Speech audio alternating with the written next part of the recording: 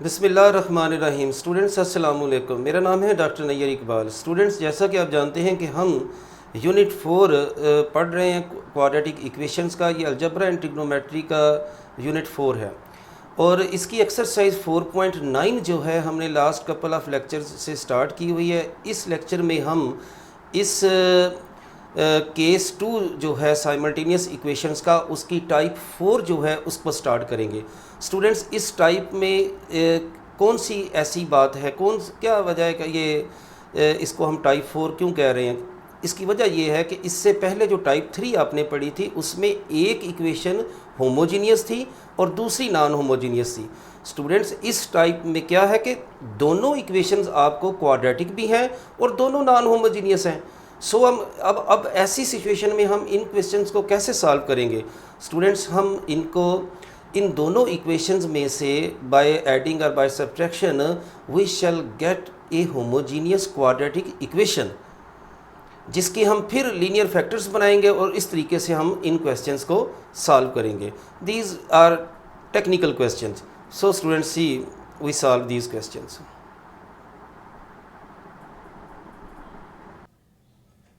Students देखें, ये lecture हमारा 95 है और टाइप नंबर हम 4 पढ़ने लगे हैं कि when both equations are quadratic. देखिए students, when both equations are non homogeneous, पहली बात तो ये है कि जो गिवन इक्वेशंस होंगी वो दोनों नॉन होमोजेनियस है, यानी उनमें राइट हैंड साइड पे ज़ीरो लिखा हुआ, ज़ीरो नहीं होगा, यानी कोई ना कोई कांस्टेंट टर्म हमारे पास मौजूद होगी, but can be reduce to a homogeneous equation. लेकिन इन दोनों इक्वेशंस को होमोजीनियस इक्वेशंस की शक्ल में लिखा जा सकता है। वो कैसे लिखते हैं? एक और इसकी पहचान ये है कि one equation contains the product term X Y, यानी जो आपको दो क्वाड्रेटिक इक्वेशंस गिवन है उनमें से किसी एक में ये प्रोडक्ट टर्म ज़रूर मौजूद है। ठीक है, तो इक्वेशंस इस तरह की होंगी कि a x square plus b x y c y square is equal to d. This d is not equal to zero, ये याद रखें क्योंकि हम नॉन होमोजीनियस केस पढ़ रहे हैं। And this is G here is not equal to zero. So students देखें, for example 3 हमारे पास, तो फिर हम कैसे सॉल्व करेंगे इन दोनों इक्वेशंस को? इसका एक तरीका है स्टूडेंट्स कि राइट हैंड साइड पे दोनों रकमें जो है ना ये सेम कर लें आप right hand side. For example यहाँ 5 लिखा है, यहाँ 18 लिखा है। अब आप 5 को किस से मल्टीप्लाई करें और 18 को किस मिनिमम नंबर से मल्टीप्लाई करें कि ये दोनों साइड्स हमारी सेम हो जाए। ठीक है, this is equation 1 and this is equation 2। So how to solve? इसका तरीका ये है कि हम ऐसा करते हैं कि multiply equation 1 by 18 and equation 2 by 5। Equation 1 को 18 से मल्टीप्लाई कर देते हैं और इक्वेशन 2 को हम 5 से मल्टीप्लाई कर देते हैं। देयरफॉर वी हैव, देखते हैं यहाँ पर हमारा सिचुएशन क्या बनती है। So we have 18x square minus 18y square is equal to 90। इसी तरह जब आप इसको 5 से मल्टीप्लाई करेंगे, that is 20x square minus 15xy and this is equal to 90। अब आप इन दोनों इक्वेशंस को सिंपली सब्ट्रैक्ट कर दें। ठीक है, so we have 18x square and this will be 18x square minus 20x square minus 18y square plus 15xy is equal to 0, which means minus 2x square plus 15xy minus 18y square is equal to 0।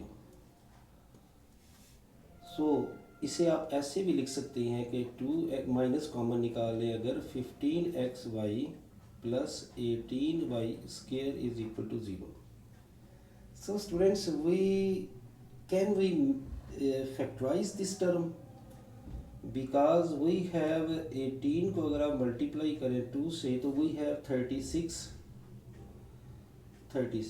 तो इसके अगर आप pair बनाएं तो 36 into 1,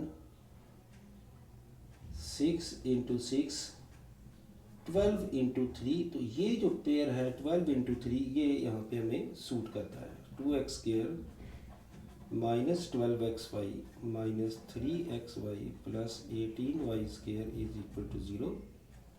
क्योंकि ये देखें, ये जो सब्ट्रैक्शन की ना उसके बाद हमारे पास ये जो इक्वेशन बनी है ना ये वाली, it is homogeneous equation. Remember I write here it is homogeneous. Remember, therefore we factorize, so we have 2x common निकाल लें, x minus 6y minus 3y common निकाल लें तो x minus 6y। therefore we have x minus 6y and 2x minus 3y, this is equal to 0। अगर हम इन दोनों को equate करें तो we have x minus 6y is equal to 0 and 2x minus 3y is equal to 0। okay, from here x is 6y, we say this is equation 3। यहाँ पे भी चले ओके x की वैल्यू हम निकाल लेते हैं तो 3/2y, दिस इज इक्वेशन 4। अब स्टूडेंट्स ये जो दो वैल्यूज आई हैं इन्हें आप किसी एक क्वाड्रेटिक इक्वेशन में सब्स्टिट्यूट कर दें, ठीक है, और अदर वैल्यूज आ जाएंगी। So it is easy to substitute in equation 1। Therefore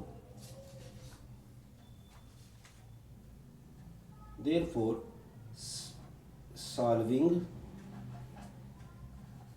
equation 1 and equation 3, where equation 3 जो है x is equal to 6y, ये है आपके पास equation 3।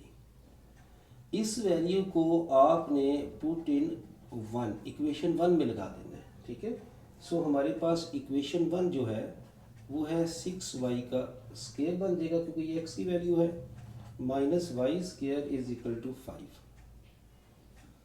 देयरफॉर स्टूडेंट्स यहाँ पे देखें आप 36y² माइनस y² इज 5, और अगर हम गौर करें यहाँ पे तो 35y² is 5, which means y² is 35 से डिवाइड करें 1/7। so we have y is equal to plus minus 1 divided by 7 square root। so if इन दोनों वैल्यूज को put in 3, so if y is 1/√7 then x is 6 by this one। so if y की value अगर आप negative लेते हैं, understood बात है कि x की वैल्यू भी नेगेटिव में आ जाएगी। सो स्टूडेंट्स ये दो पेयर आपके आ गए। अब आपने सॉल्व करना था इक्वेशन 4 को। Now solving equation 4 and equation 1। देखिए स्टूडेंट्स इक्वेशन 4 जो है हमारे पास x is equal to 3/2y, this is your equation 4। इसको पुट इन 1, ये वैल्यू हम इक्वेशन 1 में लगा देंगे और देखते हैं कि हमें इक्वेशन 1 में क्या चीज़ आती है हमारे पास। देखिए I am just searching the previous equation and this is this value of x, so we have 3/2y its square minus y² is equal to 5। so students इसको आप ज़रा मज़ीद अगर सॉल्व करें, I take new page, this is